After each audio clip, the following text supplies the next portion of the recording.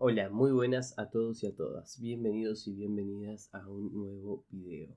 Hoy vamos a estar hablando del proceso psicoterapéutico y terapéutico. Si te interesa, quédate y empezamos. Introducción a una definición de psicoterapia. La palabra psico proviene del griego psique, cuyo significado es espíritu, alma o ser.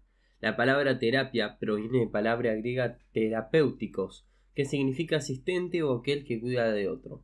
Por lo tanto, psicoterapia significa cuidar o asistir al espíritu, corazón o al ser de otra persona. Los psicoterapeutas hacen y han escuchado a sus clientes, tomándolos en serio, ofreciendo comprensión y respeto y respondiendo de una manera que ayude a los clientes a encontrar soluciones a sus problemas. Existen tantas definiciones de psicoterapia como libros escritos sobre la misma, pero Frank nos ofrece un excelente punto de partida. Abro comillas. La psicoterapia es una interacción planificada, cargada de emoción y confianza entre un sanador socialmente reconocido y una persona que sufre. Durante esta interacción el sanador busca aliviar el malestar y la discapacidad del sufridor mediante comunicaciones simbólicas, principalmente palabras, pero también, a veces, mediante actividades corporales. El sanador puede implicar o no a otros familiares y a otras personas significativas del paciente en los rituales de curación. A menudo la psicoterapia incluye también ayudar al paciente a aceptar y soportar el sufrimiento como aspecto inevitable de la vida que puede ser utilizado como oportunidad de crecimiento personal. Cierro comillas. A algunos profesionales no les gusta el término psicoterapia porque no quieren ser identificados con la provisión de tratamiento cura, aunque el término consejo, counseling, no lleva la implicación de tratamiento cura, a menudo es identificado con reafirmar a las personas y darles consejos.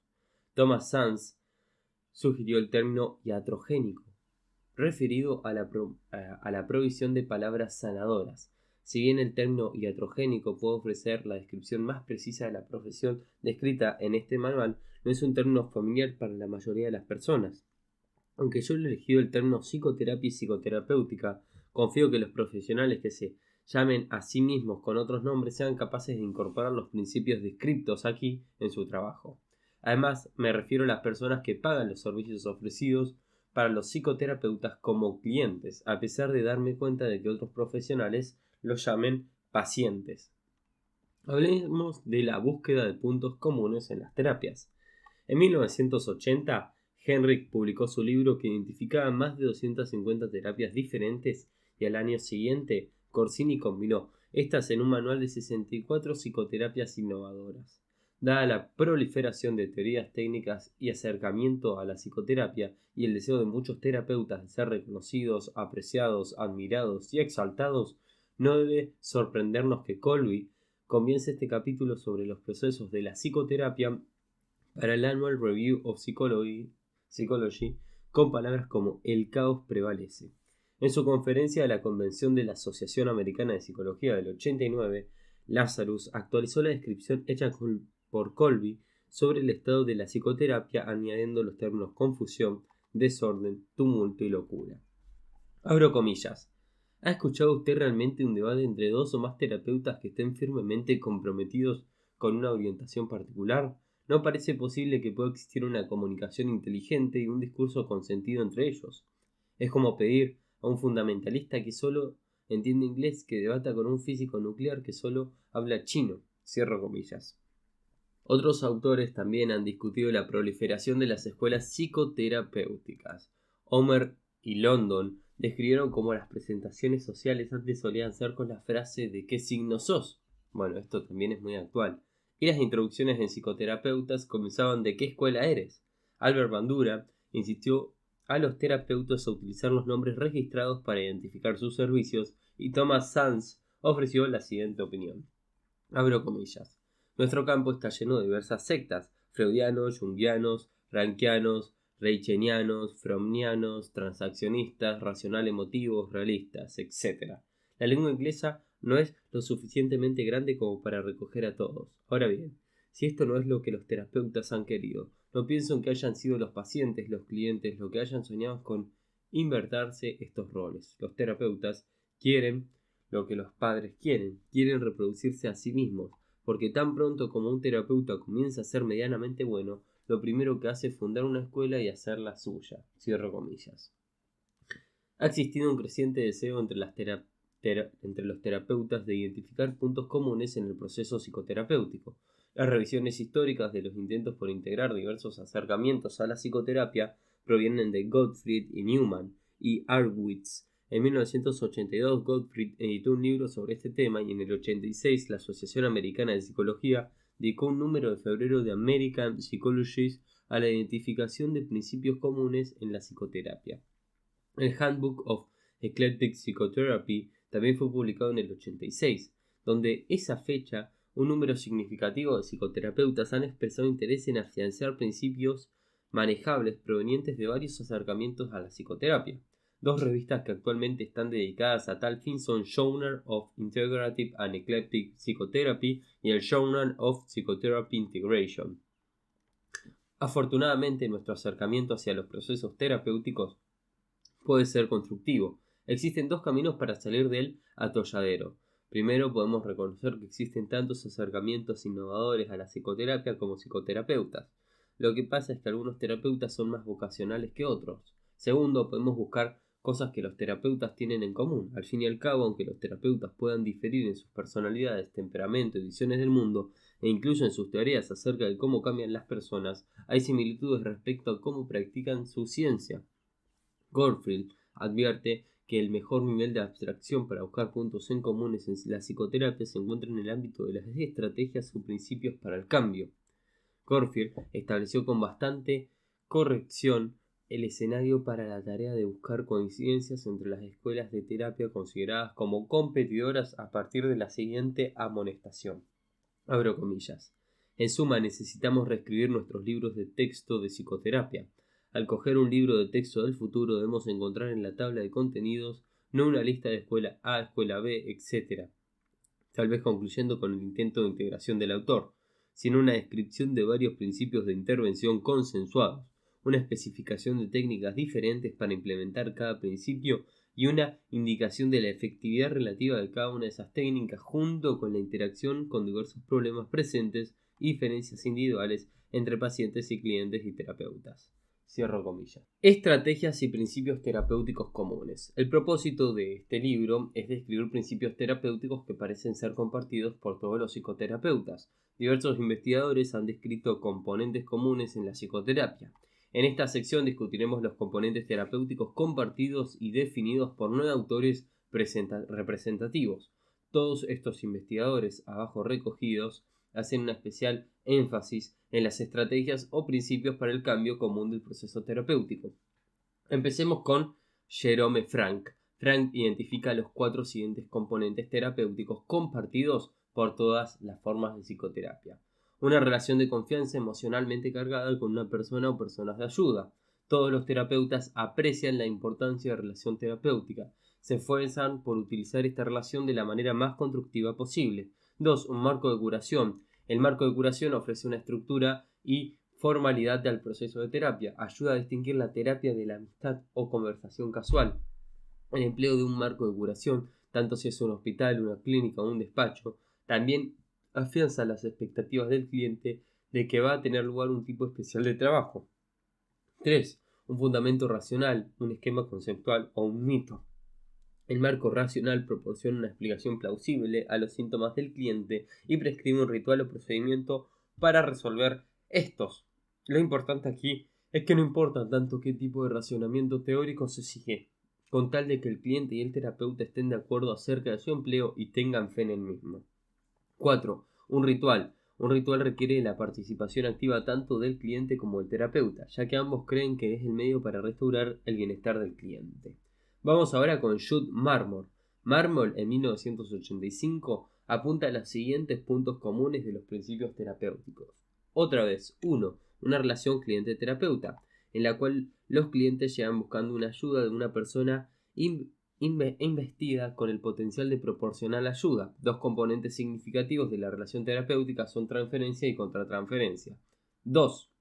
Habilidad de los clientes de confiar y expresar sentimientos a una persona que confían y a la que consideran como alguien que les va a ofrecer apoyo y comprensión.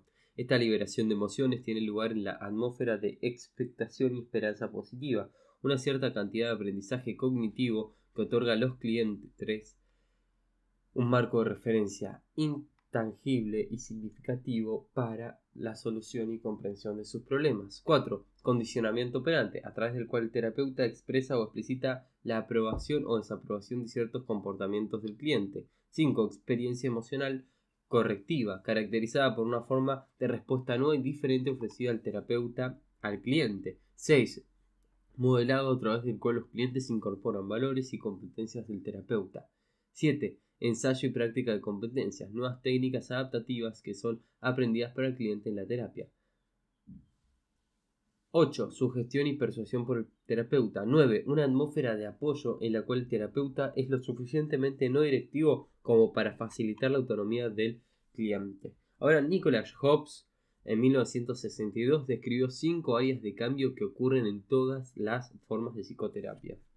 1. Se establece una relación terapéutica en la cual es posible para el cliente sentirse cerca de una persona sin ser por ello lastimado.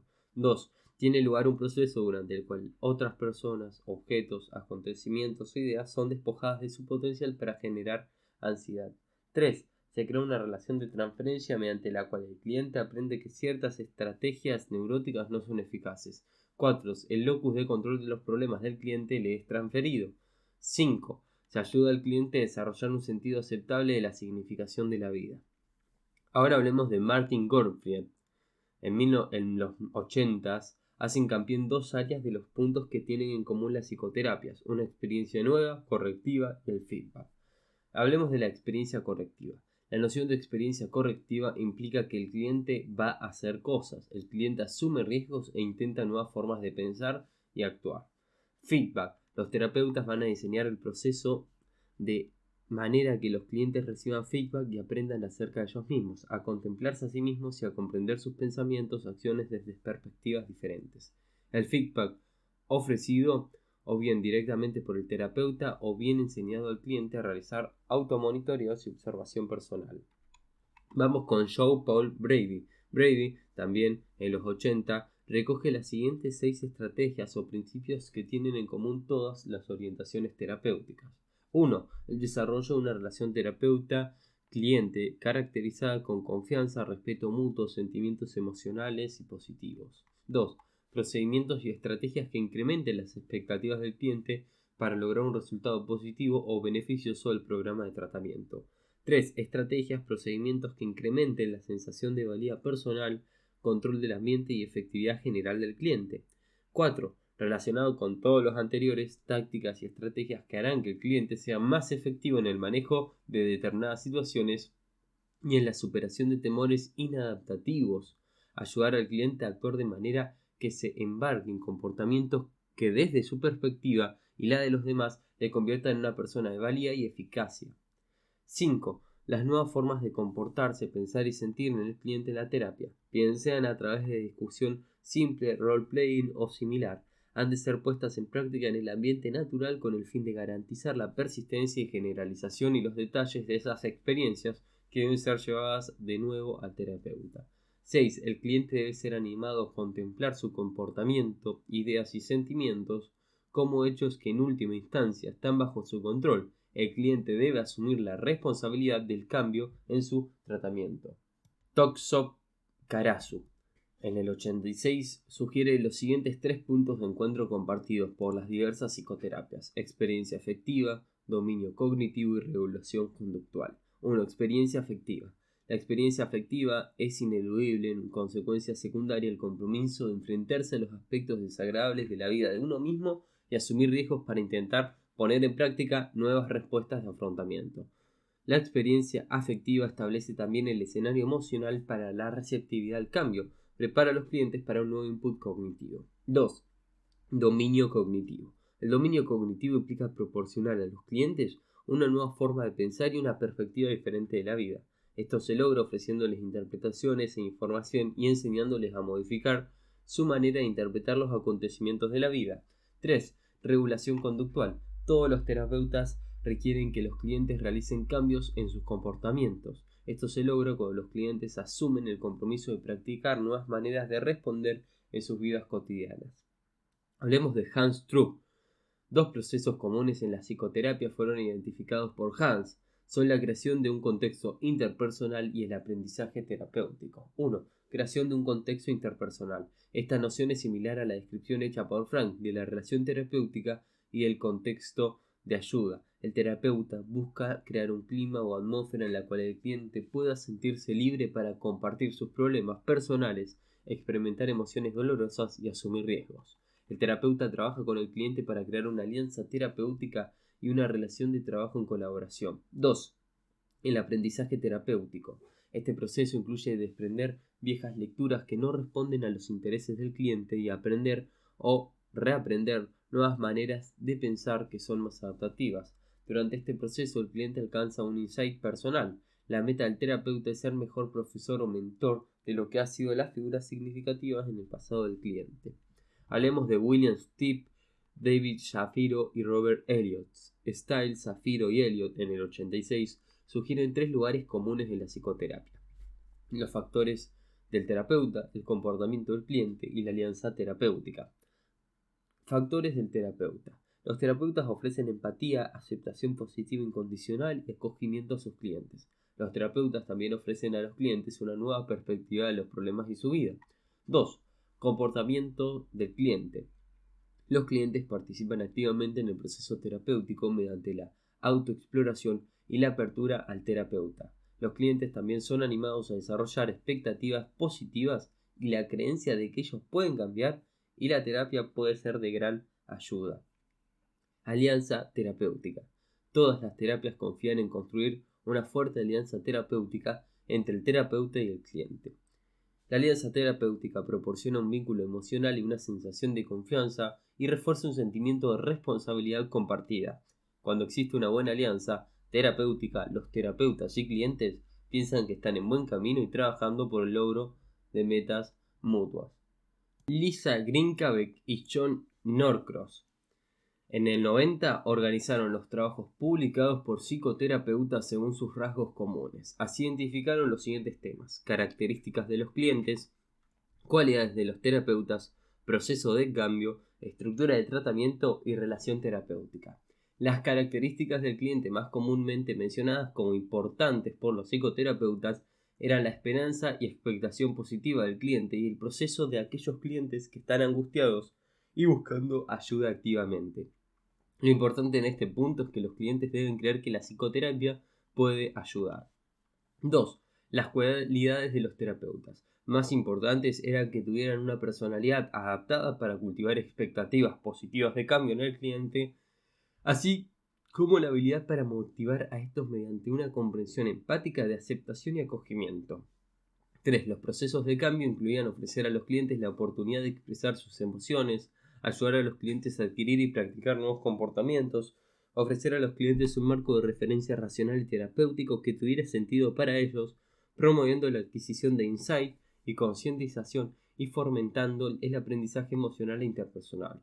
4. La estructura de tratamiento fue definida como ayudar a los clientes a definir sus problemas de manera que se reforzara su sensación de poder y autoaceptación. Los psicoterapeutas también enfatizan la importancia de enfocar la atención en el cliente como un individuo con emociones, valores y formas particulares de observar el mundo. Otro aspecto también importante era la noción de que los terapeutas deben desarrollar una teoría del comportamiento y de cambio que les guíe durante sus sesiones de terapia. 5. La relación terapéutica fue un aspecto común mencionado con mayor frecuencia, subrayado por el desarrollo de una buena alianza, una estrecha relación de trabajo. La relación terapéutica conlleva el proceso de implicación emocional entre terapeuta y cliente, que incluye los conceptos de transferencia y contratransferencia. Hablemos de los principios terapéuticos comunes. Además de los componentes recogidos en este episodio, existe una serie de importantes procesos comunes en las psicoterapias. Acá recogemos procesos terapéuticos comunes que son como el intercambio de pago por servicio, el ofrecer consejos, el ampliar la visión del mundo del cliente, el ayudar al cliente a recapitular conflictos genéricos, establecer una experiencia emocional correctiva, promover expectativas positivas, permitir la expresión de emociones, ejercer una influencia social, animar la práctica de nuevas competencias. El establecimiento de la relación terapéutica, que también es un proceso terapéutico importante, requiere un debate de más profundidad y va a ser un tema que abordemos en otro episodio. Hablemos del intercambio pago por servicio. Thomas Sands describe el proceso de pago de una cuota por parte del cliente a cambio de un servicio, señalando que yo vendo algo y recojo dinero. Nadie viene a mí sin pagar dinero. Lo que los clientes están pagando desde la perspectiva de Sands es un diálogo socrático basado en la filosofía de que dos cabezas son mejor que una. Lazarus explica que el servicio proporcionado por los terapeutas como una suma de recursos entre el terapeuta y el cliente para buscar solución a los problemas del cliente. El hecho es que los clientes pagan a los terapeutas por un servicio, o lo que Sands llama promesas. Es por lo que tanto adecuado que este servicio sea negociado y que el cliente sepa lo que puede y no puede esperar. El consentimiento informado es un aspecto ético que va a ser discutido y que fue discutido en otros videos del canal. Ofrecer consejo. La sugerencia de Harry Truman acerca de aconsejar a los niños también es aplicable a los adultos. Averigua lo que quieren hacer y aconsejarles que lo hagan. Donald Michenbaum aplica esta idea a su terapia con la siguiente explicación. Abro comillas. Yo estoy en mi mejor papel terapéutico cuando los clientes a los que recibo van un paso por delante de mí ofreciendo el consejo de que lo contrario ofrecería yo. Y el arte de la terapia es como crear las condiciones para que ellos lleguen a esa situación. ¿Por qué los terapeutas evitan ofrecer consejos? Hay 3 razones por las que los terapeutas evitan dar consejos a sus clientes. Primero está la cuestión de si es ético o no que los clínicos presuman saber qué es lo mejor para sus clientes. Una segunda razón por la que los terapeutas evitan dar consejos es porque eso animaría a los clientes a depender de la sabiduría del terapeuta en lugar de pensar por sí mismo. Este tipo de dependencia del cliente no es consistente con lo que el terapeuta intenta establecer una relación de colaboración que ponga el acento en la responsabilidad del cliente. Una tercera razón por la que no dar consejos a los clientes es que habitualmente no funcionan. Por ejemplo, un estudio encontró que proporcionar consejos desanimaba a los participantes de centrarse en sus sentimientos. Una segunda investigación descubrió que estudiantes universitarios ignoraban en gran medida los consejos que se les daban y que eran relevantes para sus metas vocacionales. En su extensa revisión de estudios de psicoterapia, Olinsky y Howard concluyeron que ofrecer consejos no parece ser una ayuda en psicoterapia. Los clientes pueden conseguir todo el consejo que quieran de sus conocidos, amigos y familiares. No necesitan pagar a un terapeuta para que les diga lo que tienen que hacer, tal y como señala Harry Stack Sullivan, abro comillas. Cuando los pacientes quieren mi consejo, suelo plantearles con cierta agudeza preguntas como ¿por qué me has elegido a mí?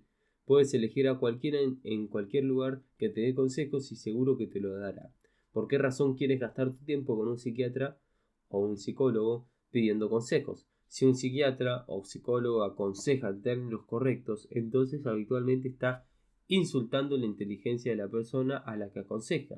Si aconseja erróneamente, entonces solo está hablando por su propio divertimento. Cierro comillas. Sullivan también ofrece la siguiente advertencia con respecto a ofrecer consejos. Abro comillas. La dificultad con la que los psicoterapeutas se embarcan en ofrecer consejos temerarios suele ser bastante patética.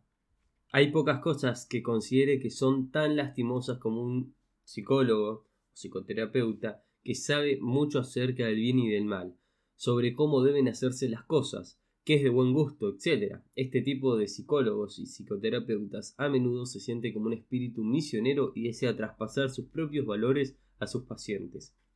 Esto no solo es duro para el paciente, sino que también pone las cosas difíciles para cualquier otro psicoterapeuta, psicólogo que desea hacer algo útil. Cierro comillas. ¿Cuándo pueden dar consejos los terapeutas? A pesar de los peligros descritos respecto a dar consejos, hay ocasiones en las que se puede ser adecuado hacerlo. Estas ocasiones se dan cuando el cliente y terapeuta han acordado un curso de acción y el cliente está dispuesto a aceptar las sugerencias del terapeuta. Por ejemplo, un terapeuta puede proporcionar al cliente varios tipos de referencias o sugerencias acerca de cómo alcanzar las metas que este último esté comprometido. Sullivan denomina esto como la prescripción de una acción, para distinguirlo del hecho cotidiano de dar consejos. Tal y como señala Sands, si usted hace X, puede esperar Y. La prescripción de una acción es negociada con los clientes para asegurar su cooperación. Lazarus sugirió decir algo parecido a yo puedo decirte algo que funcionó conmigo, veamos si lo puede adaptar a su caso. Otra ocasión en la que el terapeuta puede dar consejos es cuando sus clientes están dispuestos a hacer alguna cosa que inevitablemente va a ser dañina. El terapeuta puede habitualmente ayudar a los clientes en estas situaciones, animándoles a participar y anticipar las consecuencias de sus actos. Al adoptar el acercamiento de resolución de problemas, el terapeuta puede reforzar las sensaciones de elección y responsabilidad del cliente. Ampliar la visión del mundo del cliente. Cuando los clientes llegan a terapia, habitualmente están estancados, no saben cómo solucionar sus problemas y las soluciones que están poniendo en práctica no les funcionan. Un proceso importante en la terapia es ayudar a los clientes a contemplar sus problemas desde una nueva perspectiva y ser conscientes de respuestas de afrontamiento que bien no han considerado o que nunca imaginaron que fueran posibles. Tal y como explica Jerome Frank, los clientes en psicoterapia aprenden a atribuir nuevos significados a los acontecimientos que están causando sus problemas. Lo cito y abro comillas. Todos los esfuerzos psicoterapéuticos, independientemente de su forma, se mueven enteramente en el reino de los significados. Todas las psicoterapias apoyan el hecho de que el pensamiento, los sentimientos y el comportamiento humano están en gran parte guiados por las creencias que tiene la persona acerca de la realidad, es decir, los significados que él o ella atribuye a los acontecimientos o experiencias y no esas propiedades objetivas. Cierro comillas. Frank se refiere a las expectativas de las personas acerca de lo que es posible para ellos y de lo que pueden esperar de otros como su mundo de creencias.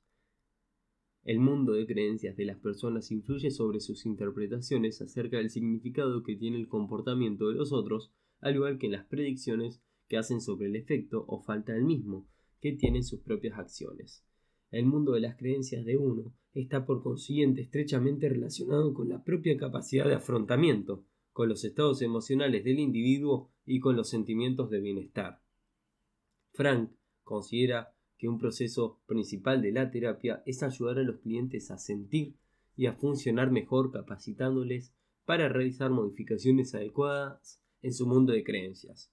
A menudo es difícil para las personas modificar por sí solas el mundo de creencias, debido a que habitualmente los estilos de pensamiento, sentimientos y actos que han desarrollado generan reacciones predecibles en otros, que a su vez se van a reforzar en el mundo de sus creencias. De ahí que sea necesario que el terapeuta esté entrenado para no responder siguiendo el estilo predecible del cliente, sino para mostrarle otras posibilidades y otras formas de percibir el mundo. Una manera más específica de comprender el mundo de las creencias de las personas es un esquema del yo para definir su valía personal y sus posibilidades de alcanzar lo que desean en sus vidas. Las personas también construyen un esquema interpersonal o un modelo rol relacional que dice su forma de relacionarse con los demás. Un esquema interpersonal proporciona a las personas lo que Sullivan denominó una operación de seguridad, también conocido como una zona de confort, un marco de reglas de actuación para interactuar con los demás a modo de ayuda para que las personas se sientan seguras. Ejemplos de esquemas interpersonales son ser suspicaz y retraído o agresivo debido a que las personas o otras personas son potencialmente dañinas, tomar actitudes precavidas hacia los otros debido a la necesidad de ser completamente competente y no cometer nunca errores, sentir que uno aburrirá a los demás a no ser que éste esté en contacto de actividad de buen humor y animado, ser pasivo conciliador por el temor a sentirse devastado si no recibe una aprobación constante por parte de los otros. Los problemas ocurren cuando los esquemas de las personas son rígidos y les impiden adaptarse con flexibilidad a varios tipos de situaciones. La meta de la terapia es permitir que los clientes experimenten sus esquemas durante la sesión o la terapia. Es permitir que los clientes experimenten sus esquemas durante la sesión de terapia, con el fin de decidir si estos esquemas responden mejor o no a sus intereses, y experimentar estilos alternativos de percibirse a uno mismo y de interactuar con los otros. Paul Watzwicz aborda la cuestión de explicar la visión del mundo de los clientes mediante la definición de las diferencias existentes entre la realidad de primer orden y la realidad de segundo orden. La realidad de primer orden hace referencia al mundo objetivo. La realidad de segundo orden hace referencia a las percepciones que uno tiene acerca del mundo y que son decididamente subjetivas. Las personas influidas no por el mundo objetivo, sino por sus percepciones e interpretaciones del mismo, producto de su mundo de creencias o realidad de segundo orden, tal y como señaló el filósofo griego Epicteto. Las personas se sienten perturbadas, no por las cosas, sino por la visión que hacen de las mismas. O en palabras de Shakespeare, no hay nada bueno o malo, sino que el pensamiento lo hace tal. El proceso de modificar el mundo de creencias del paciente o realidad del segundo orden es explicado por Albert Ellis, cuyas metas es ayudar a los clientes a evaluar la racionalidad de sus ideas. Esto se hace enseñando a los clientes a desafiar sus razonamientos y es animándoles a asumir riesgos e intentar nuevas soluciones. Viktor Frankl describe cómo ayudó él a un hombre cuya mujer acababa de fallecer a alcanzar una nueva perspectiva de ese doloroso acontecimiento. Abro comillas. Una vez vino a mi consulta un anciano médico generalista debido a que padecía una grave depresión. No podía superar la pérdida de su mujer que había fallecido 2 años antes y a la que había amado sobre todas las cosas. ¿Cómo podía yo ayudarle? ¿Qué debía decirle? Evité decirle nada y por el contrario le confronté con la siguiente pregunta. ¿Qué habría ocurrido, doctor, si usted hubiera muerto primero y su mujer le hubiera sobrevivido? Oh, me contestó, eso habría sido terrible para ella. ¿Cómo habría sufrido? Tras lo cual yo le respondí, lo ve, doctor, ese sufrimiento a ella le ha sido ahorrado y a usted el que le ha ahorrado ese sufrimiento. Ahora bien, usted debe pagar por ello sufriendo y echándola de menos. Él no dijo ni una palabra, pero estrechó mi mano y abandonó tranquilo mi despacho. Cierro comillas. Otra forma de comprender el proceso de ampliar la visión del mundo de un cliente es considerando el valor de enseñar a los pacientes a ser flexibles. Paulus y Martin definieron el concepto de flexibilidad funcional como un aspecto importante del ajuste personal.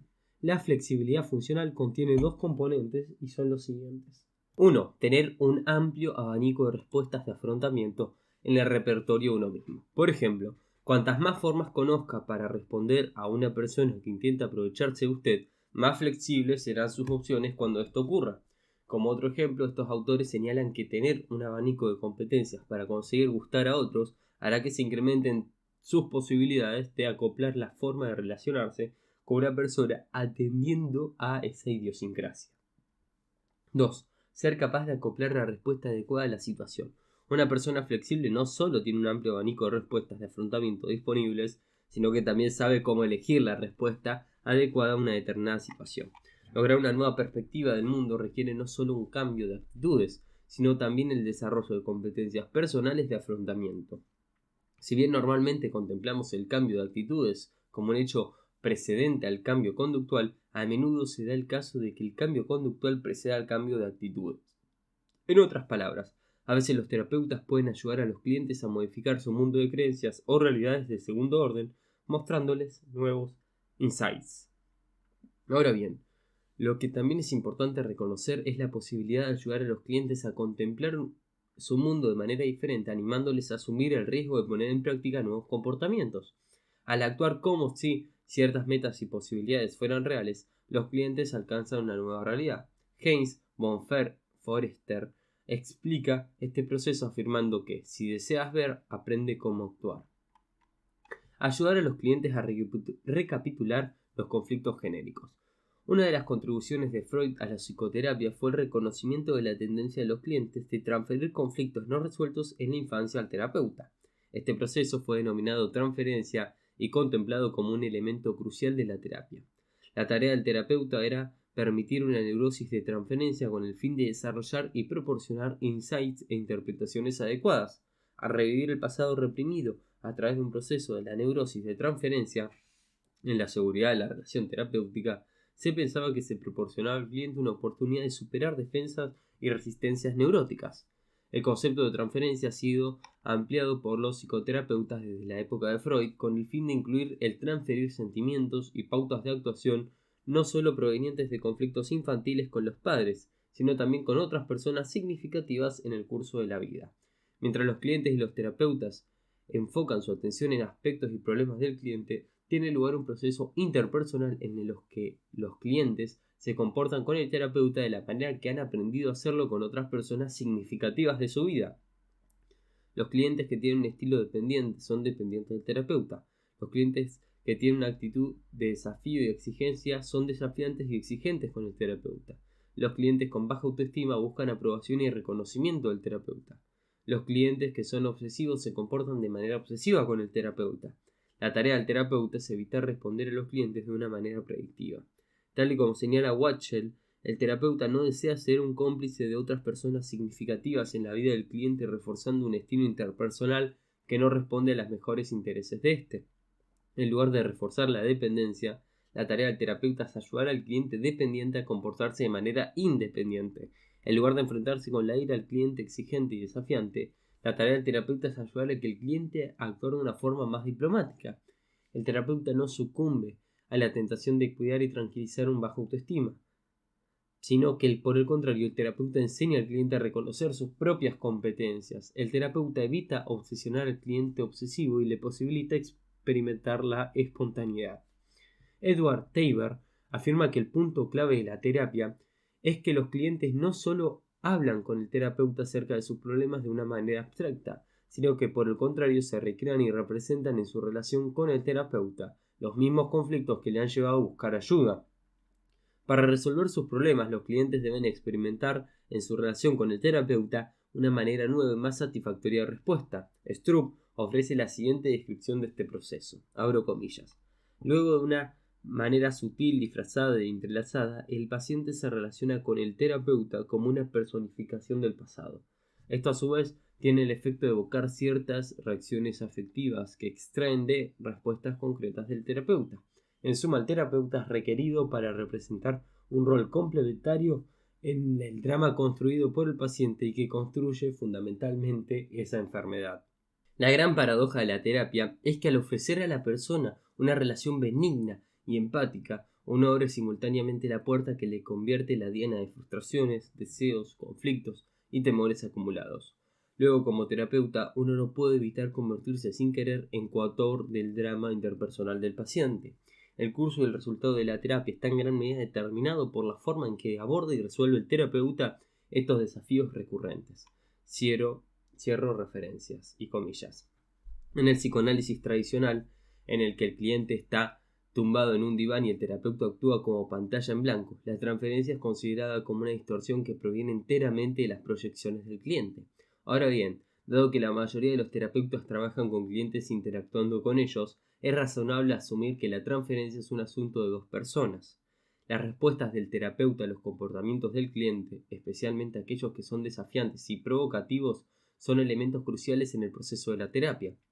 Los terapeutas reconocen su participación en la relación terapéutica, señalando la naturaleza transaccional del proceso que tiene lugar en la sesión de terapia. Los terapeutas evitan formular frases del siguiente tipo: siento como si usted estuviera intentando controlar mi sesión. Parece tener dificultad en confiar en mí. Usted está representando en este momento su estilo pasivo. Eso a toda costa hay que evitarlo. Por el contrario, los terapeutas comunican ese feedback con frases similares a las siguientes. Siento como si en este momento estuviera en una lucha con usted. ¿Qué está experimentando? Tengo la sensación de que no estamos realmente conectando. ¿A usted qué le parece? Mi reacción en estos momentos hacia usted es protegerle y decirle lo que tiene que hacer, pero eso me hace sentir incómodo. ¿Qué siente usted en este momento? Freud utilizó el término contratransferencia para describir las reacciones subjetivas del terapeuta hacia el cliente. Freud creía originalmente que la contratransferencia era un impedimento a la terapia que los terapeutas debían superar y evitar. Ahora bien, parece tener más sentido que los terapeutas que interactúan con sus clientes y se implican en una relación interpersonal con estos empleen esos sentimientos y reacciones hacia el cliente como una información importante que debe ser compartida con el cliente de una manera adecuada en los momentos apropiados. Stroop describió las siguientes etapas de los terapeutas debían considerar acerca del proceso en que los clientes recapitulan sus conflictos con el terapeuta. 1. El terapeuta es consciente de sus sentimientos respecto al cliente y de sus reacciones ante los comportamientos de éste. 2. El terapeuta intenta comprender el significado de los comportamientos del cliente y cómo estos significados pueden ser entendidos dentro del contexto de las experiencias vitales de éste y sus relaciones con otras personas significativas. 3. El terapeuta evita jugar un rol complementario en los dilemas vitales del cliente. 4. El terapeuta ayuda al cliente a ganar insight sobre los efectos de su comportamiento en el terapeuta y en otros. Si el terapeuta puede seguir estos pasos, el cliente está obligado a alterar sus comportamientos interpersonales y por consiguiente recibe una experiencia correctiva. Tabor explica este proceso de la siguiente manera. Abro comillas. Además, los conflictos madurativos del cliente no solo son hablados de manera abstracta en terapia, sino que son traídos al presente y al ser representados en la relación terapéutica. Con el fin de cambiar terapeuta y cliente, no deben recapitular los conflictos del cliente en el proceso interpersonal como suele ocurrir con tanta frecuencia, sino por el contrario deben esforzarse mutuamente por encontrar una resolución a los conflictos del cliente en su relación de la vida real. Si tiene lugar esta experiencia emocional correctiva, el terapeuta será capaz de ayudar al cliente a generar un reaprendizaje emocional a otras esferas de la vida del cliente, por las que se estén reproduciendo los mismos conflictos. Por el contrario, si el terapeuta no provoca una resolución de los conflictos que se están discutiendo, entonces no tiene lugar el cambio. Cierro comillas. Establecer una experiencia emocional correctiva. El concepto de experiencia emocional correctiva fue introducido por Alexander y French en 1946 para explicar un objetivo central de la terapia: exponer de nuevo al paciente, bajo circunstancias más favorables, a situaciones emocionales que no pudo resolver en el pasado. Alexander y French pensaban que el insight por sí solo no era suficiente para ayudar a los clientes a realizar cambios sustanciales en sus vidas. Es por el contrario la oportunidad de experimentar la interacción con otra persona sin consecuencias tenidas o sin resultados contradictorios a lo anticipados, lo que produce el cambio. El proceso de la experiencia colectiva implica los siguientes ingredientes.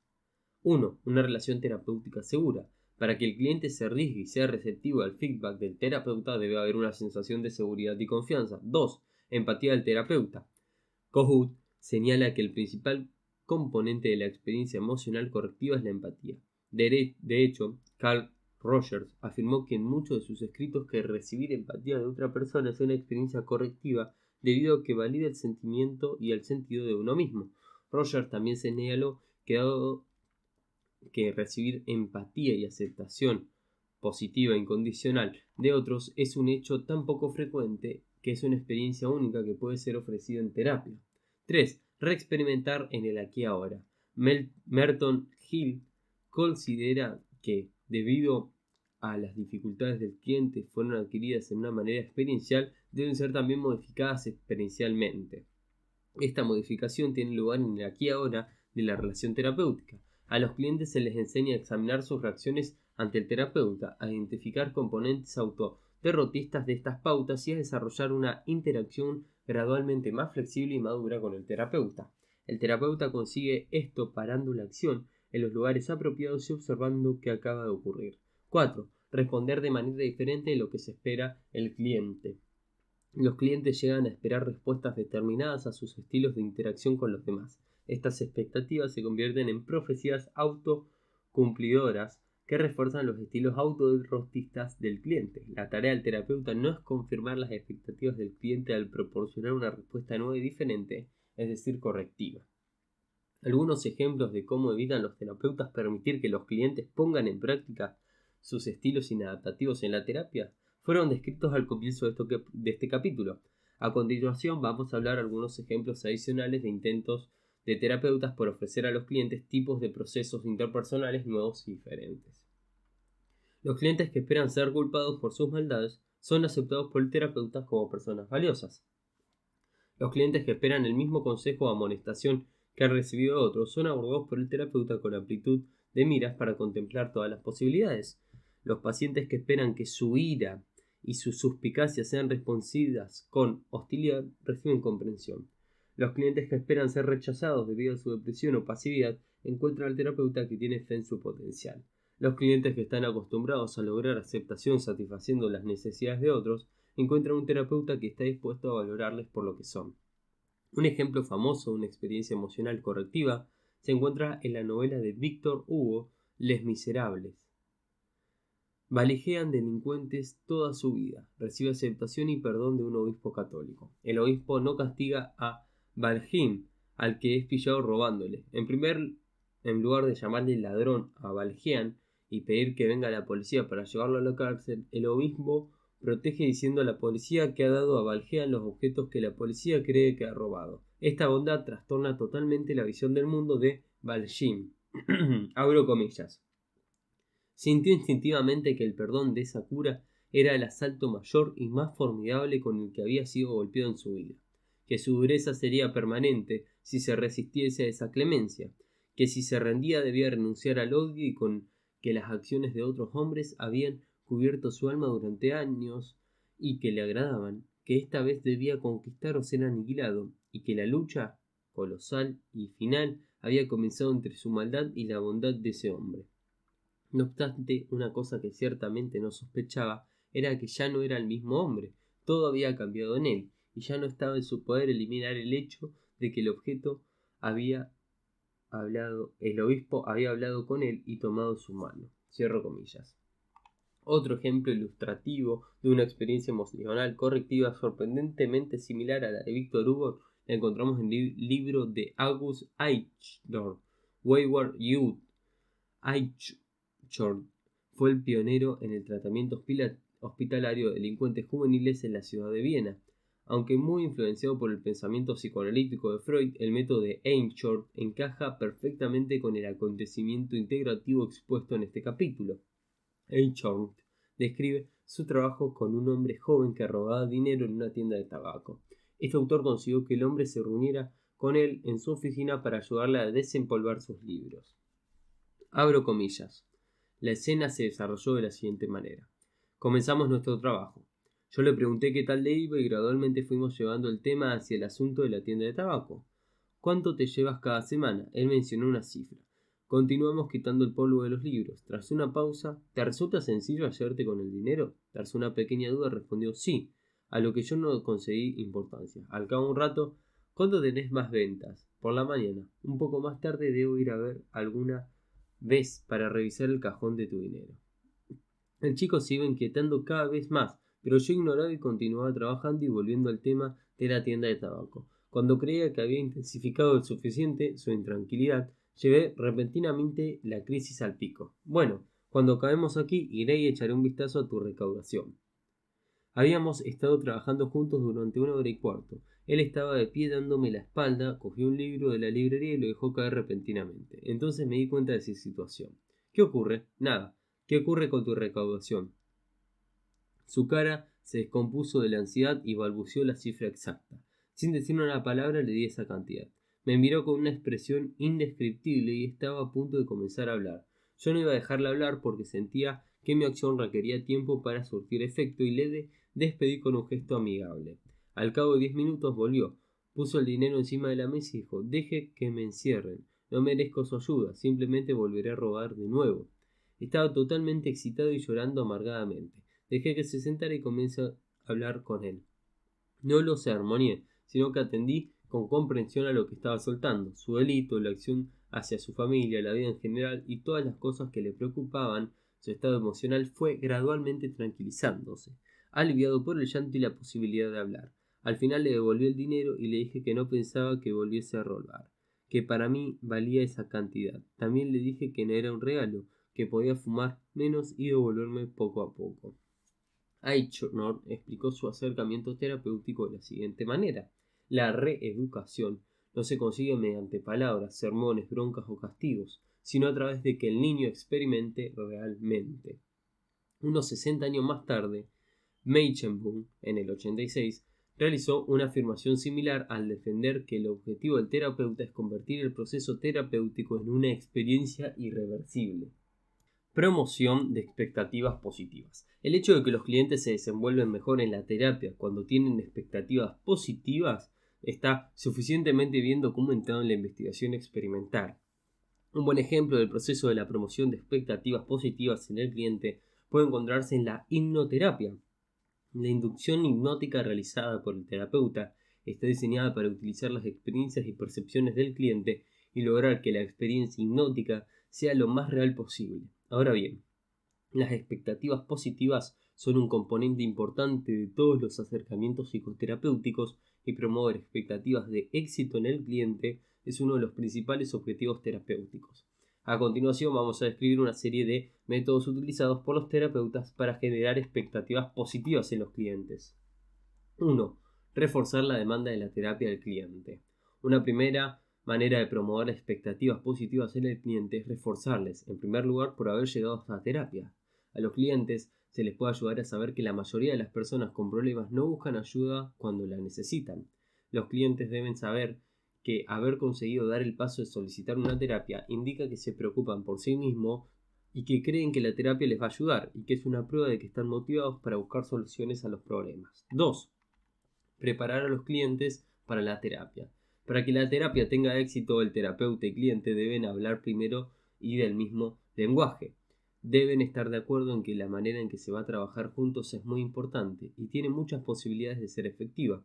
A veces los clientes no saben qué esperar cuando llegan a terapia y necesitan ser instruidos acerca de lo que es que van a hacer. Necesitan comprender y aceptar sus papeles y responsabilidades, al igual que los del terapeuta. El proceso de enseñar al cliente el proceso terapéutico se denomina estructurar. La estructuración hace referencia a la comunicación que debe existir entre el terapeuta y el cliente con el fin de llegar a las percepciones y expectativas similares respecto a los roles del cliente y el terapeuta, al tipo de actividades que tendrán lugar durante la terapia, a los objetivos en los que se van a comprometer terapeuta y cliente. Frank diseñó un estudio sobre una entrevista de inducción al rol, durante la cual los clientes se les instruía cuidadosamente acerca de qué ocurría durante la terapia, cómo se los podía ayudar a la terapia, qué se esperaba que hicieran y qué haría el terapeuta. Los clientes que recibieron entrevista de inducción al rol demostraron mayor éxito en la terapia que un grupo comparable de clientes a los que no se les dio el tratamiento. Un componente importante de la estructuración es tomar en cuenta las percepciones, creencias y personal visión del mundo que tiene el cliente. Independientemente del número de investigaciones que citemos para documentar la efectividad de un determinado acercamiento a un problema concreto, siempre concluiremos que el abordaje ha de ser aceptado por el cliente. El terapeuta debe destinar tiempo y esfuerzo para explicar el proceso terapéutico en un lenguaje que el cliente pueda entender.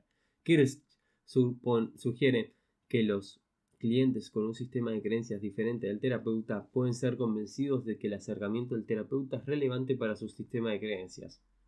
Generalmente suele ser más positivo no discutir con aquellos clientes que ven el mundo de formas diferentes, sino sugerirles realizar un experimento conjunto con el fin de probar las hipótesis que el cliente tiene sobre el mundo. Se puede hacer un contrato para poner en práctica un determinado acercamiento durante un periodo limitado de tiempo. Si el tratamiento no funciona, ambos podrán acordar modificarlo o intentar otra cosa diferente. Inculcar expectativas realistas. Dado que la terapia raramente va a tener un 100% de efectividad y que el cliente va a sufrir inevitablemente altibajos, es fundamental que aborde la terapia con expectativas realistas. Una buena metáfora para la terapia es un mapa de carreteras en las que se muestre dónde está el cliente en este momento y dónde quiere llegar. Evidentemente, el camino no va a ser recto ni va a tener siempre el mismo pavimento. Puede ser que haya secciones con baches, pendientes pronunciadas, semáforos, señales de stop, puentes hundidos y muchas curvas. Otra forma de representar el curso de la terapia es con un gráfico en el que se muestre el tiempo del eje horizontal y el progreso del eje vertical. La mayoría no ocurre de manera recta, aunque la pendiente del gráfico es generalmente ascendente, hay muchas mesetas e incluso algunas caídas. Los clientes que esperan obstáculos y recaídas en la terapia estarán más preparados para afrontar cuando se las encuentren. 4. Acentuar la responsabilidad del cliente. Los clientes deben ser instruidos acerca del hecho de que el éxito de la terapia depende más de sus propios esfuerzos que de cualquier conocimiento experto que puede poseer el terapeuta. Este planteamiento desanima a los clientes a adoptar una actitud de dependencia pasiva con respecto al terapeuta. Los clientes son estimulados a mostrar una postura activa y autodependiente en la solución de sus problemas. Proporcionar alivio a los síntomas. Los terapeutas a veces se encuentran beneficioso pasar algún tiempo considerando fórmulas para aminorar los dolores y preocupaciones inmediatas del cliente. La experiencia, aunque temporal, de alivio de problemas acuciantes o emociones desagradables puede fortalecer a los clientes a la promesa de la terapia y animarles a continuar en esta lo suficiente como para realizar cambios positivos en su vida. Y por último, desarrollar una relación terapéutica positiva. Una relación terapéutica positiva entre cliente y terapeuta es crucial para inculcar a los clientes la creencia de que la terapia puede ayudarles.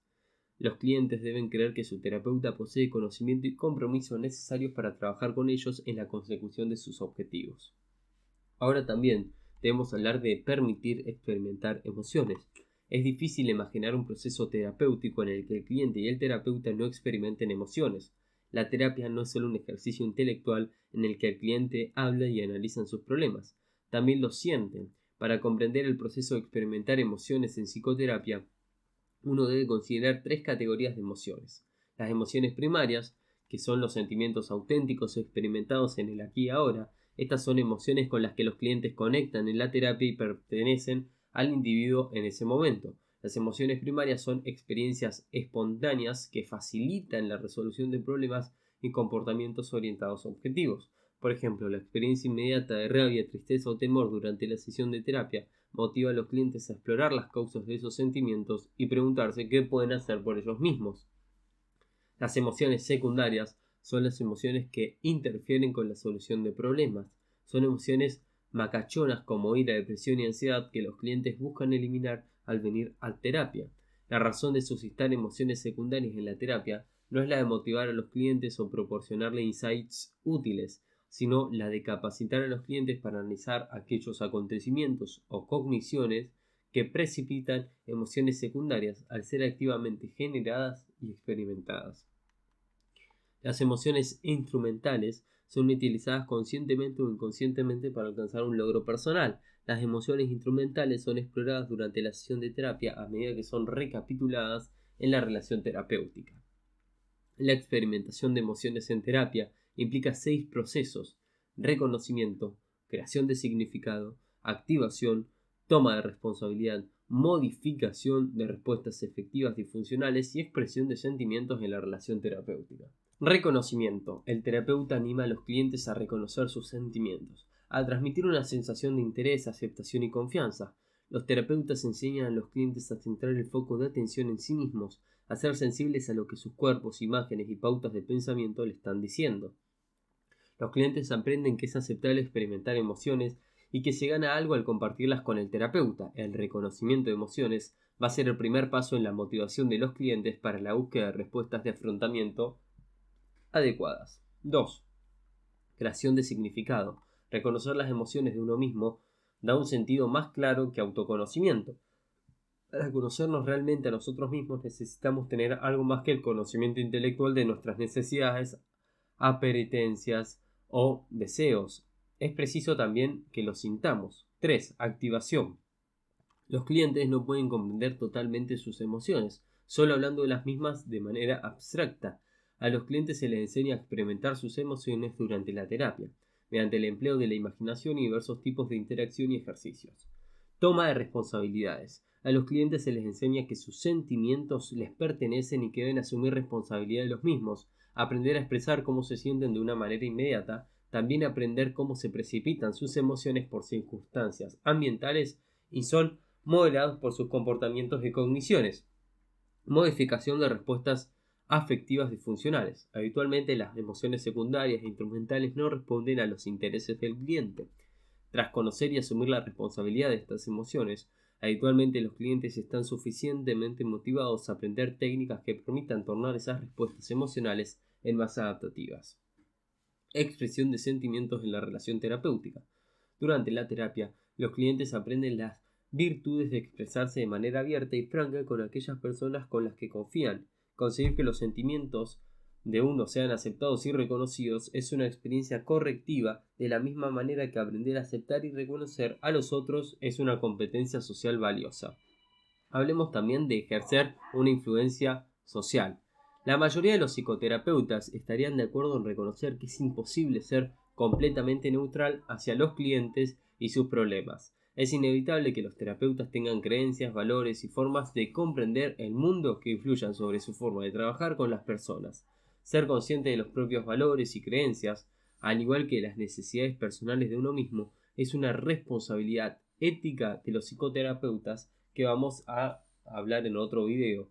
No obstante, debido a que la meta del terapeuta es ayudar a los clientes a cambiar, uno no debe sorprenderse de que las interacciones del terapeuta con los clientes incluyan una cierta cantidad de influencia social. Jerome Frank y Larry Beutler describen la psicoterapia como un proceso de persuasión. Thomas Sanz define la psicoterapia por su aplicación de retórica, utilización de palabras para influir sobre actitudes e inducir acciones. Condicionamiento operante. Los terapeutas condicionan de forma operante a sus clientes al ignorar, reforzar o desafiar de manera selectiva temas, comportamientos o tópicos de conversación. Marmor. Un ejemplo interesante del condicionamiento operante en la psicoterapia es el observando un estudio que analizaba las transcripciones de una sesión de terapia conducida por Carl Rogers. Rogers tendía a comunicar la mayor empatía y aceptación cuando los clientes demostraban autoexploración e insight, mientras que adoptaba una actitud muy directiva y poco empática de aceptación cuando el cliente era ambiguo. Esta respuesta selectiva demostrada por Rogers parecía empujar a los clientes a focalizar la atención sobre la autoexploración y el insight y disminuir la cantidad de ambigüedad en el cliente. Modelado. El objetivo del terapeuta es servir como un buen modelo de la realidad y de comportamiento adulto. Para hacer un modelo efectivo, el terapeuta debe establecer una relación de confianza y aceptación. Los terapeutas descubrirán que comportarse como modelo de afrontamiento en lugar de modelo de perfección tiene sus ventajas. En lugar de decir que a los clientes cómo deben solucionar sus problemas, los terapeutas trabajan con ellos en la definición de opciones y soluciones posibles. Al servir como un buen modelo, los terapeutas pueden demostrar competencias y estrategias de afrontamiento eficaces para manejar problemas. Promover una práctica de nuevas competencias. Un proceso importante en la terapia implica ofrecer a los clientes la oportunidad de practicar nuevas competencias. Nuevas formas de comportarse y pensar y sentir son puestas en prácticas, primero en la terapia y posteriormente en la vida del cliente. Los clientes registran los progresos que ya han hecho en la práctica de sus nuevas competencias y a continuación trabajan con el terapeuta en la superación de problemas con los que hayan podido encontrarse. Un método común para establecer la práctica de nuevas competencias es mediante el empleo de tareas para casa. Las tareas para casa proporcionan una continuidad entre las sesiones de terapia. Las tareas para casa también pueden ayudar a los clientes a generalizar lo que han aprendido en las sesiones de terapia a su vida cotidiana. Además, las tareas para casa capacitan a los clientes para examinar maneras alternativas de responder a desafíos diversos. Meichenbung y Tur recopilan las siguientes directrices en la administración de tareas para casas. 1. Ideas de tarea para casas. Las tareas para casa deben ser ideadas con la participación y cooperación del cliente. Los objetivos de estas tareas deben ser realistas y el cliente debe estar de acuerdo en que su asignación merece la pena. Las tareas para casa deben ser diseñadas para garantizar que los clientes atribuyan una mejoría a sus esfuerzos. 2. Presentar tareas para la casa. Tras el convencimiento del cliente de la validez de las tareas para casa y una vez que ésta acuerda llevarlas a cabo, es preciso explicarlas claramente. El cliente necesita saber las siguientes cosas. ¿Qué hacer? El cliente practica primero la tarea con el terapeuta para asegurarse de que todo va a estar claro. 2. ¿Con qué frecuencia hacer eso? O sea, se diseña un contrato para especificar exactamente cuándo va a intentar el cliente realizar sus tareas para casa. ¿Cómo registrar el propio progreso? Se diseña una hoja de registros para ayudar al cliente a registrar ese propio progreso. ¿Cómo obtener feedback? Terapeuta y cliente acuerdan en este último cómo llevarán la hoja de registros a la terapia en intervalos regulares con el fin de verificar los procesos del cliente. Y 5. Contingencias para completar las tareas. Terapeuta y cliente acuerdan cómo podrá gratificarse este último, asimismo para completar tareas y qué pasos podrán tomarse cuando el cliente no lleve a cabo las tareas asignadas. Despejar problemas. Para garantizar que el cliente experimente sensación de éxito en las tareas para casa, el terapeuta debe anticipar junto con el cliente cualquier problema que pueda interferir con sus tareas asignadas. Se pueden formular las siguientes preguntas. ¿Está clara la tarea para casa? ¿Está el cliente de acuerdo con la validez de las tareas asignadas? ¿Posee el cliente competencias necesarias para llevarlas a cabo? ¿Qué tipo de acontecimientos vitales pueden impedir que el cliente complete estas tareas? ¿Interferirán otras personas en la vida del cliente en el desarrollo exitoso de las tareas? Una vez que las fuentes de interferencia potenciales con las tareas para casa han sido identificadas, existe la posibilidad de que el terapeuta y cliente diseñen planes de contingencia. Las metas del terapeuta será reforzar tanto la creencia de que la tarea para casa es importante como la expectación de que el cliente podrá llevarlas a cabo y experimentar una sensación de éxito. Bueno, y para terminar con este gran y largo episodio, vamos a hacer un resumen de lo que estuvimos hablando. Existen cientos de colegios de psicoterapia y tantos acercamientos innovadores a la terapia, tanto como terapeutas. El interés del episodio fue describir qué tienen de común estos acercamientos. Diversos clínicos sugirieron procedimientos que son compartidos por todas las psicoterapias.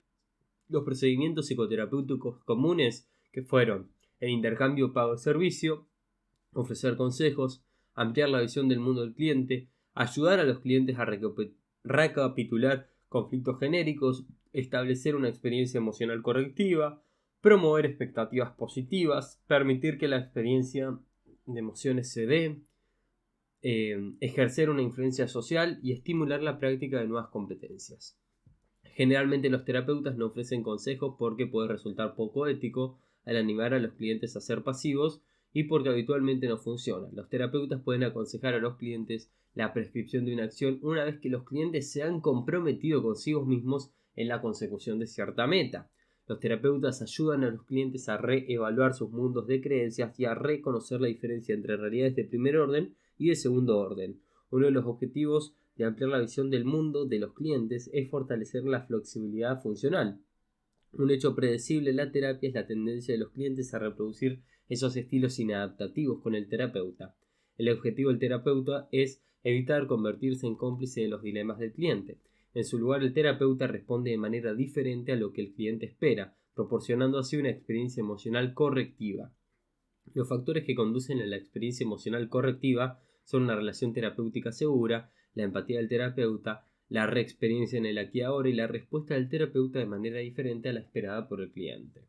La investigación fue demostrando que los clientes responden generalmente de manera más favorable a la terapia cuando tienen expectativas positivas. Las expectativas positivas son potenciadas mediante el refuerzo de los clientes que hayan buscado asistir a una terapia. Preparar a los clientes para la terapia, inculcar expectativas realistas, hacer énfasis en la responsabilidad del cliente, proporcionar un alivio de síntomas y desarrollar una relación terapéutica positiva. En la psicoterapia, tanto los clientes como los terapeutas experimentan emociones.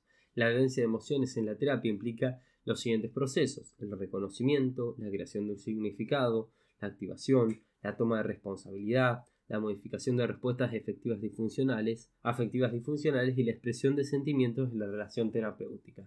Los terapeutas influyen sobre sus clientes mediante el empleo de condiciones y del condicionamiento operante y el modelado. La asignación de tareas para casa proporciona a los clientes el modelado y una oportunidad de practicar nuevos comportamientos y formas de pensar y sentir en sus vidas cotidianas.